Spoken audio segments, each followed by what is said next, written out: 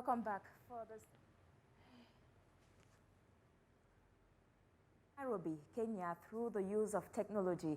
Our guest for today is a political analyst by name Gedéon BALEKE. With him, we'll be discussing about Mali's transition and the recent visit of the ECOWAS mediation mission to the West African nation. Good evening, Gedéon, and welcome to this prime time.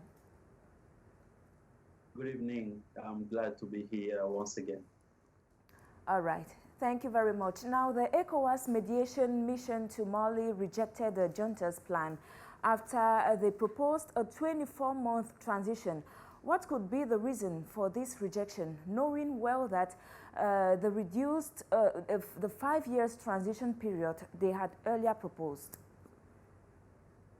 Well, the West Africa regional bloc will close its border, as they said, with Mali to impose sweeping economic sanctions in response to the delay of holding holding elections as promised by the current government in Mali, the government which resulted from the coup. And the announcement was made on Sunday, and that was after a summit held in Ghana. And we all know that the timetable which was given before all this simply means that an illegitimate military transition government will make the Malian people hostage, as someone who is an eminent member of the dialogue, the committee dialogue for the transition said.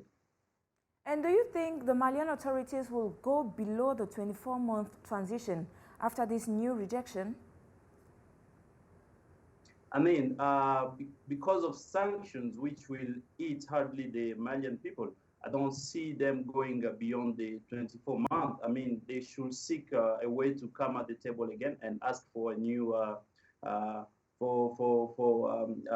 new timeline, so that they can all agree with the ECOWAS region in order to find a common solution.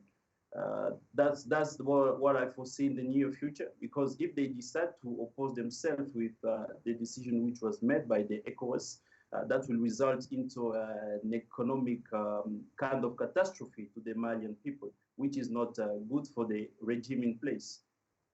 Talking about the sanctions, does Mali stand a chance of being eased of its sanctions earlier put on by ECOWAS if they go below the planned 24-month transition period? I mean, that will be really, really complicated. You know, when you look at the geographical position of Mali, you see all the countries near Mali, and Mali trade a lot with those countries, especially some commodities, some traders and those people who practice commerce within Mali are trading with countries in the region. So I don't see Mali survive with those sanctions imposed by the ECOWAS. That's why I think the best way forward for the Malian people is to convince the government, or the government to step in again and try to find an arrangement with ECOWAS in order to reduce the burden of the sanctions, or in order to find a way which will lead them to the elections, because sanctions are not actually the best option for the Malian people. So I don't see Mali surviving the sanctions, despite the fact that we know Mali is now eastward, which means that they are more collaborating with the Russian Federation now. They are in good relationship with the Chinese, and they trade a lot with the Chinese, but China is located far away, and the intra-state trade within the ECOWAS region is more important in terms of capital and the movement of people, goods and services. So I don't see Mali surviving the sanctions imposed by the ECOWAS. Okay. Oh, as you earlier said, you don't see Mali surviving with the sanctions. But now if the ECOWAS Mediation Commission now decides for themselves to propose a transition period, could the Malian authorities abide to that? Can they accept the proposition from ECOWAS? Yeah, I mean, that's where the problem lies, because there was a proposal. I mean, and the proposal was not respected by the Malian government, military government in place. And that's why we are having all this turmoil between the ECOWAS and Mali now. So, I mean, they have to find a diplomatic way to deal with all this stuff, which include to restart the negotiation again. And I think the government of Mali should be more flexible in order to protect, in order to avoid an economic catastrophe for the people of Mali who are actually who are already affected by terrorism and the economic burdens which are heavy on them due to the COVID pandemic and all those societal problems we know which are currently happening in Mali. But we all know that Mali has already been surviving with some of these sanctions. They've already been surviving for the past month. But now, given the fact that ECOWAS is taking so much time to reach an agreement with the transition authorities in Mali, is it not permitting the coup perpetrators to continue? I mean, the coup was not actually good, and if we continue with this with all this confrontation, we might go into another coup. Because when you look at the coups and so on, it first of all rooted within the economic conditions of the population. So if the sanctions are becoming a burden to the population, we will have some other portion of the army or the people who might not agree with what the current regime is doing, who will try to rise up and maybe organize another coup. That's it's not actually it's not an occurrence that will happen, but that might happen as well. We might take that into consideration as well, which means the current government in Mali should be more strategic and more flexible in order to avoid another coup or another foreseen crisis within the future. And it's by only collaborating with ECOWAS and by also trying to organize election in the shortest periods, because that's where the problem is, elections. And Mali has to have a civilian government, total civilian government.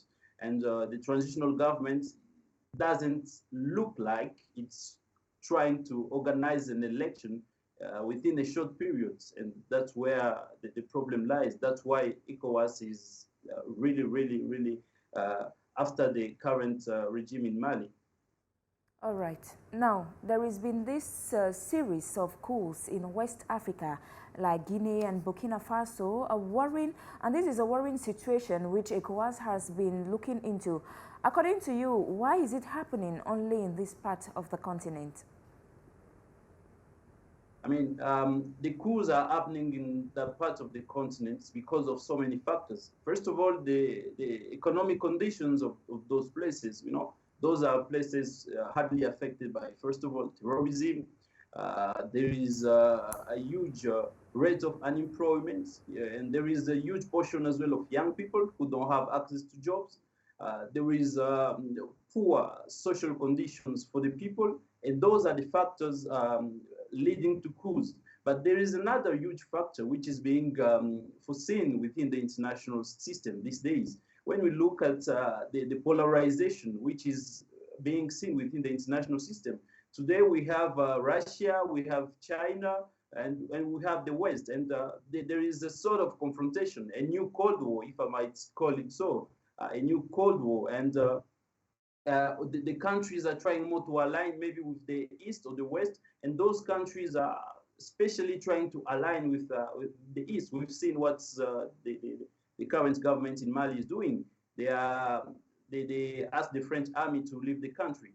They ask the radio French International, France 24, and so on, to leave the country, which means they are trying to align themselves more with the Eastern Bloc of the world. That's another huge factor, the polarization of the international system, which doesn't actually favor a stable order within that system. And Mali is actually trapped, and so as those Western African countries and many other African countries might be tempted to be trapped in that game of power between superpowers, and that's one of the factors as well. We shouldn't down look on that particular aspect. Okay. And do you ever see a point of agreement between ECOWAS and the transition? I mean, we wish they could have a point of agreement as soon as possible, because it's the population at the end of the day which will suffer, and which is suffering already. So it's really important for the government in place in Mali, as well as the ECOWAS, to try to be more flexible from both sides and see if they can find a common agreement which will help the people of Mali to go to fair and impartial elections in the near future. But they should do that as soon as possible, because the more the military regime stays in power, the more we will continue to have problems and lack of trust within that region, because there is lack of trust as well from the ECOWAS. The ECOWAS doesn't trust the military regime in place. They might do anything, and that's really bad for Mali.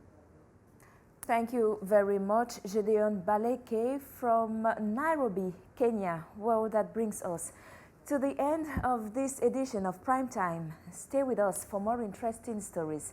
Remember, the voice of Africa counts, and Dash News is your voice.